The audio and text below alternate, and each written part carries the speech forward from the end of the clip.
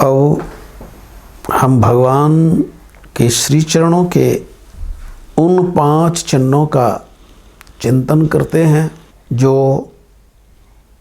गदा के रूप में है, सर्प के रूप में है, कमल के रूप में है, बर्छी के रूप में है और अंकुश के रूप में है। पुनः ध्यान दें, भगवान के श्री चरणों के 5 चिन्ह।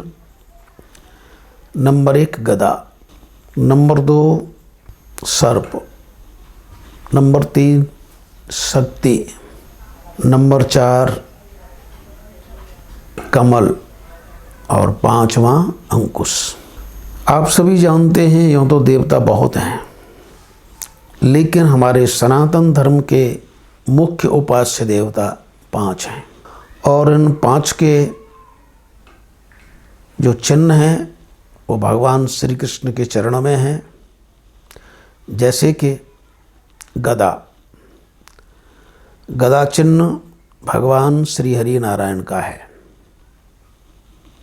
तो गदा का मतलब भगवान श्री हरि नारायण।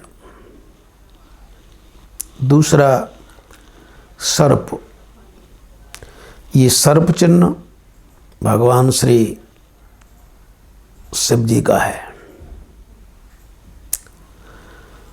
तीसरा शक्ति, शक्ति चिन्ह भगवती दुर्गा का है।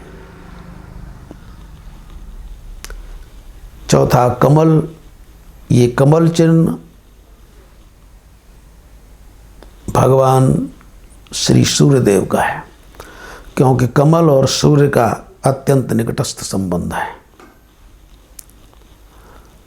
और जो अंकुश चिन्ह है वो भगवान गणेश का है।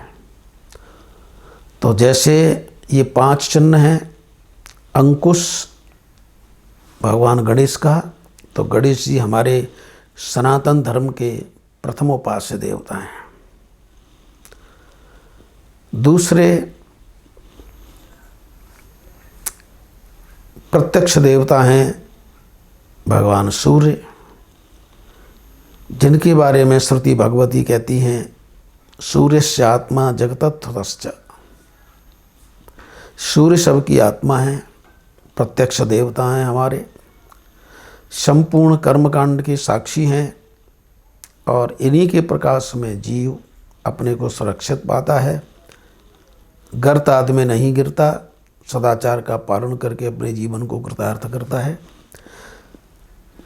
तो अंकुश अर्थात भगवान श्री गणेश, कमल अर्थात भगवान श्री भुवन भास्कर सूर्य, गदा अर्थात भगवान श्री हरि नारायण, सर्प अर्थात भगवान श्री शिव।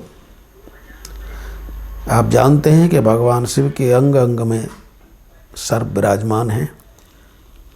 भगवान शिव का आभूषण ही सर्प है।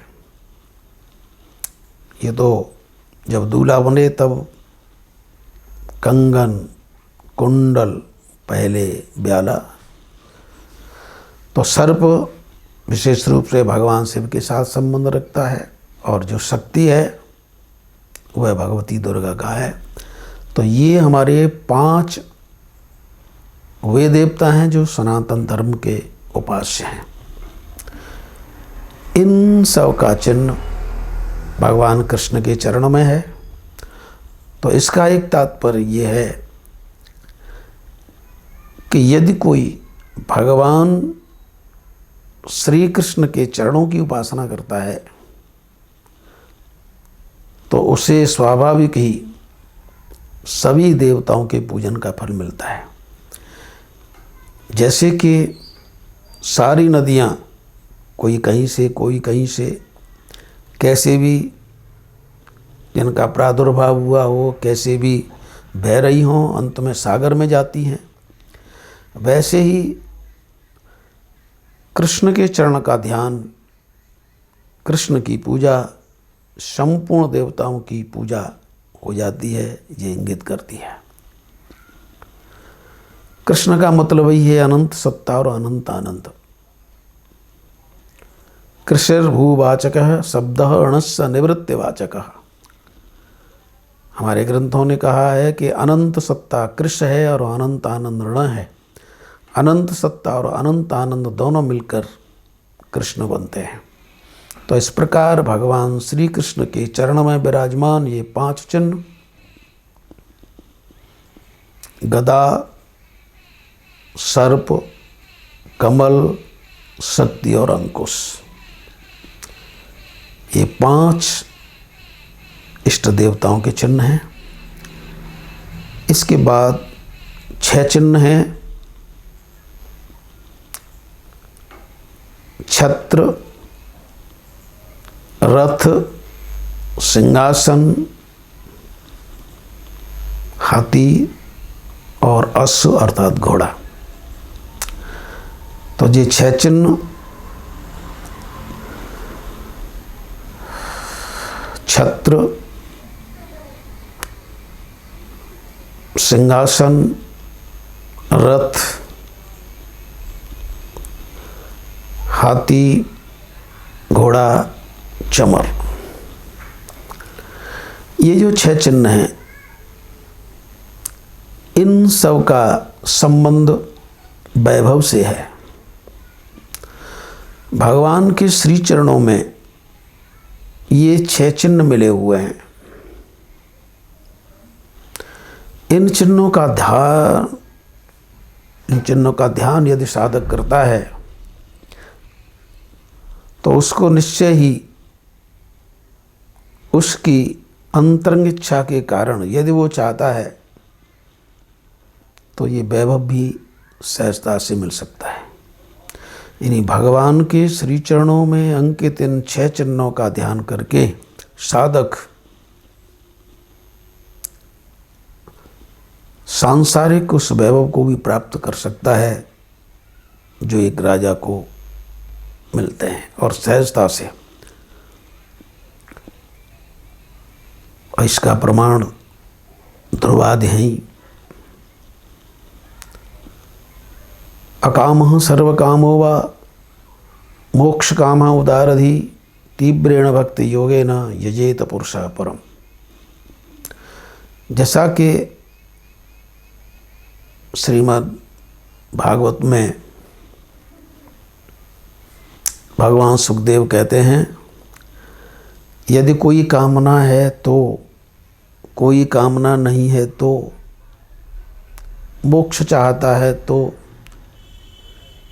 ये इनके कारण चाहे सकामी हो या निष्कामी, यजेत पुरुषः परम, वह पुरुषोत्तम भगवान श्री कृष्ण का स्मरण करें। तो इस प्रकार ये 6 चिन्ह बताते हैं कि यदि साधक में सकामता है तो उसे लौकिक वैभव भी सहजता से मिल जाएगा। हमारा धर्म दर्शन कहता है कि धर्म है ही वह यतो अभ्युदय निश्चय ससिद्धि सधर्म, यतो अभ्युदय निश्रेय ससिद्धि सधर्म। जिससे लौकिक उन्नति हो, निश्रेयस मोक्ष की प्राप्ति हो, वो धर्म है। तो लौकिक वासना के अनुसार, सकाम भावना के अनुसार यदि कोई भगवान के श्री चरणों में अंकित इन 6 चिन्हों का ध्यान करता है तो उसे राजवैभव मिलेगा। और निष्कामता से यदि कोई भगवान के श्री चरणों का ध्यान करेगा तो उसे मोक्ष की प्राप्ति होगी। और जिस प्रकार अगला भाव है कि जैसे 6 विकार काम, क्रोध, लोभ, मोह, मद, मत्सर, ये 6 विकार साधक को परेशान करते हैं। लेकिन यदि कोई साधक भगवान के श्री चरणों में अंकित इन 6 चिन्हों का चिंतन करेगा, भाव सहित इनका मनन करेगा, तो वह भी 6 विकारों से ऊपर उठकर निष्काम होकर भगवान की अनन्य भक्ति प्राप्त कर सकता है। क्योंकि संत का लक्षण बताया है, षड विकार जित अनग अकामा। जो 6 विकारों को जीत लेता है, जो कभी बताए काम, क्रोध, लोभ, मोह, मद, मत्सर, इन 6 विकारों को जीत लेता है तो वह निष्पाप हो जाता है, अनग, वो निष्काम हो जाता है। तो ये संत का लक्षण है। तो कहने का तात्पर्य ये है कि यदि सकामता है तब भी परेशान होने की आवश्यकता नहीं है। सकाम भाव के कारण यदि परमात्मा का आश्रय लेगा तो उसे वो लोक वैभव मिलेगा, किंतु परमात्मा से मिला हुआ लोक वैभव विकारों में फंसने नहीं देगा। वह सकामी भक्त भी निष्कामता को प्राप्त करेगा और भगवान के साथ उनकी लीला में सम्मिलित हो विशेष अधिकार प्राप्त कर सकता है। तो इस प्रकार 6 चिन्हों का मिलन, उनका तात्पर्य इस प्रकार रहा। आगे फिर श्री राम जय राम जय जय राम, श्री राम जय राम जय जय राम, श्री राम जय राम जय जय राम।